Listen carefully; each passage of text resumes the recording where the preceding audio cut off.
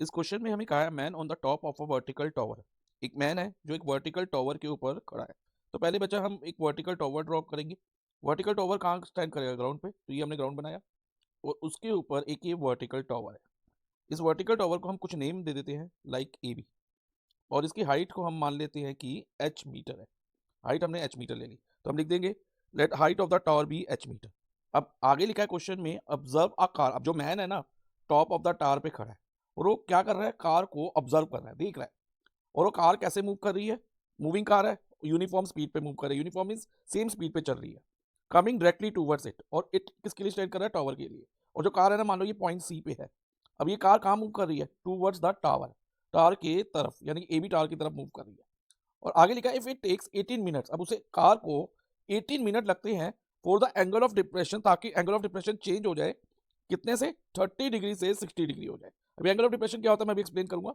तो बच्चा angle of depression कैसे बनेगा? अभी मान लो कार पॉइंट सी पे है। अब मैन जो है कार को ऊपर से नीचे देख रहा है।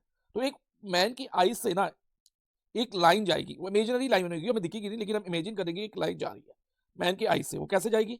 कुछ इस तरह से कार की तरफ, ठीक है। और जो ये बच्चा लाइन ऑफ साइट गई ना, जो मैन की आईज से लाइन ऑफ साइट गई है, वो एक एंगल बनाएगी इमेजिनरी लाइन के साथ, और वो इमेजिनरी लाइन ग्राउंड के पैरेलल होगी। अब इस इमेजिनरी लाइन को हम नेम दे देते हैं D A. D A parallel to B C है, ग्राउंड के पैरेलल है। और जो ये लाइन ऑफ साइट मैन की आईज से गई, और जो ये पैरेलल लाइन है, ग्राउंड के पैरेलल जो लाइन ड्रॉ करी है, उसके बीच में जो एंगल बनेगा ना, वही एंगल ऑफ डिप्रेशन होगा पॉइंट सी के लिए। तो एंगल ऑफ डिप्रेशन कितना हो गया पॉइंट सी के लिए? बचा 30 डिग्री। अब ध्यान दो बच्चा, क्योंकि D A parallel to C B है और ए सी को ट्रांसवर्सल माने, तो ये एंगल और ये एंगल इक्वल होने चाहिए ऑल्टरनेट इंटीरियर से। यानी कि angle D A C is equal to angle A C B हो जाएगा, ऑल्टरनेट इंटीरियर एंगल। तो ये भी 30 डिग्री हो जाएगा। अब नेक्स्ट 18 मिनट बाद क्या होता है बच्चा? लिखा है if it takes 18 minute for the angle of depression to change from 30 degree to 60 degree. 18 minute बाद, क्योंकि कार मूव कर रही है, तो कुछ डिस्टेंस कवर कर लेगी। मान लो कार कहाँ पर आ गई? पॉइंट ई पे, इधर आ गई, ठीक है। इसने कुछ डिस्टेंस सी ई कवर कर लिया। अब एंगल ऑफ डिप्रेशन बदल गया इस पॉइंट पे आके, कितना हो गया? 30 से 60 डिग्री। अब एंगल ऑफ डिप्रेशन अभी मैंने एक्सप्लेन करा कैसे बनेगा। एक जाएगी line of sight from the eyes of the man point E की तरफ, और ये एंगल बनाएगी किसके साथ बच्चा? Horizontal line parallel to ground के साथ। वो कौन सी लाइन है? D A. तो जो डी ए ई एंगल होगा ना बच्चा, ये 60 डिग्री होगा। अगेन क्योंकि D A parallel to C B है और ए ई को ट्रांसवर्सल माने, तो जो एंगल डी ए ई किसके इक्वल हो जाएगा बच्चा? एंगल ए ई बी के, ऑल्टरनेट इंटीरियर एंगल से। तो ये 60 डिग्री हो जाएगा। और आगे पढ़ते हैं क्वेश्चन को। हमें क्या फाइंड करना है? देखो, how soon after this. How soon means कितने टाइम के बाद, आफ्टर दिस मीन्स इस पॉइंट के बाद, पॉइंट ई के बाद, will the car reach the टार।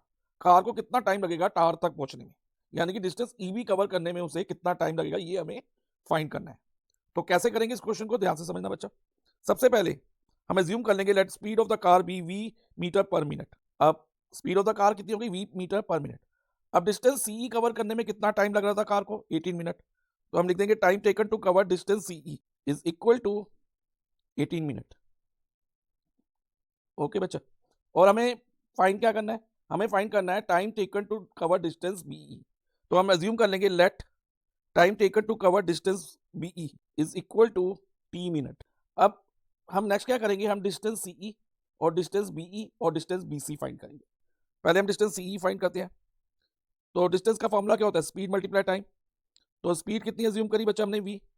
और सी डिस्टेंस कवर करने में कितना टाइम लगा? 18 मिनट। तो ये हो जाएगा 18 वी। और डिस्टेंस बीई, अगेन डिस्टेंस का फॉर्मूला स्पीड मल्टीप्लाई टाइम होता है। स्पीड तो कांस्टेंट है, सेम है, तो इधर डिस्टेंस बीई के लिए भी स्पीड वी रहेगी। और लेकिन टाइम हमने क्या अज्यूम किया डिस्टेंस बीई कवर करने के लिए? टी। तो डिस्टेंस बीई हमारा हो जाएगा V multiply T V T. अब इसको फिगर में भी मेंशन कर देते हैं। डिस्टेंस सीई कितना है बच्चा? 18 वी। और डिस्टेंस बीई वी टी। और बच्चा डिस्टेंस बीसी क्या होगा? डिस्टेंस बीसी हमारा होगा सीई प्लस बीई, यानी कि 18 वी प्लस वी टी। ये डिस्टेंस बीसी होगा हमारा। ओके, तो इधर लिख देंगे distance B C is equal to 18 V plus V T. अब देखो बच्चा, इन दोनों टर्म्स में 18 वी और वी टी में वी कॉमन है, तो ब्रैकेट में क्या रहेगा? 18 प्लस टी। तो ये डिस्टेंस बीसी हो गया।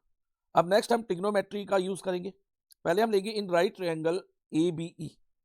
इन right triangle A B E हमें थीटा कितना दिया? 60 डिग्री। ये वाला ई पे बन रहा है थीटा। तो हम ट्रिग्नोमेट्री का कौन सा रेशियो ले?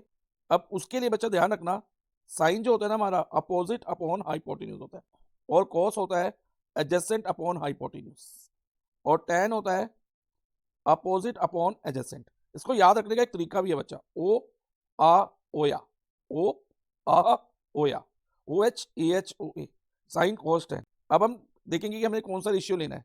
हमें एंगल दिया है 60 डिग्री, 60 डिग्री के सामने वाली साइड कौन सी है बच्चा, ए बी, ए बी हमारी अपोजिट हो गई, और साथ वाली side B T B E, क्योंकि इन्हीं की डायमेंशन हमें पता है ना, तो यही दोनों लेंगे, हाइपोटेन्यूज तो लेंगे नहीं, तो अपोजिट और साथ वाली साइड एडजेसेंट लेंगे, एडजेसेंट, तो अपोजिट अपॉन एडजेसेंट किस में आ रहा है, ओ ओ ए, tan में, तो हम यही ले लेंगे, tan 60 is equal to A B यानी कि अपोजिट अपॉन एडजेसेंट, एडजेसेंट कितनी है, क्या है इसकी बच्चा, बी।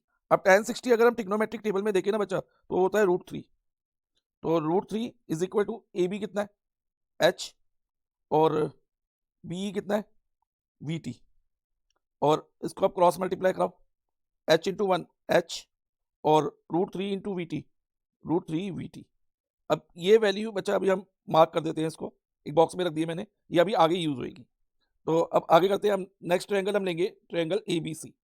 अब in right triangle A B C हमें एंगल सी दिया है, सी के सामने वाली साइड ए बी की लेंथ हमें पता है, और साथ वाली साइड बी सी की पता है, यानी कि अपोजिट अपॉन एडजेसेंट वाला रेशियो इसमें हम लेंगे, और अपोजिट अपॉन एडजेसेंट कौन सा होता है, अगेन tan, तो हम लेंगे tan 30 degree is equal to A B upon, इस बार क्योंकि ए बी सी दिया है तो साइड बी सी लेंगे एडजेसेंट वाले में। ओके, अब tan 30 जो होता है हमारा 1/√3 होता है, 1/√3, ए बी हमारा कितना बच्चा, एच है, अपॉन बी सी कितना है, be in bracket 18 plus T. Okay, अब नेक्स्ट 1/√3 को हम एज इट इज लिखेंगे, और जो h की वैल्यू हमने यहाँ निकाली थी, देखो बच्चा h is equal to √3 V T, हम यहाँ पुट कर देंगे, तो ये हो जाएगा √3 V T upon v into 18 plus T. अब ये v और v कट जाएगा। अब नेक्स्ट स्टेप क्रॉस मल्टीप्लाई करेंगे, पहले 1 इंटू 18 प्लस टी क्या होगा, 1 into any number same number होता है, तो यहाँ आ जाएगा 18 plus T is equal to √3 into √3 T क्या होगा, तो √3 इंटू √3 3 होता है, और ये टी एज इट इज आ जाएगा 3t। अब नेक्स्ट क्या होगा बच्चा, जो ये प्लस टी है उसको हम 3t के साथ लिख देंगे, तो हमारे पास आ जाएगा 18 is equal to 3t minus T, plus T का माइनस टी होगा जब हम ट्रांसपोज करेंगे, 18 is equal to 2t।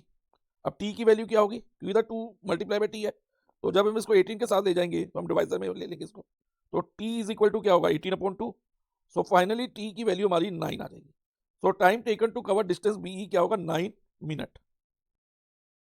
Please like and share the video and subscribe the channel.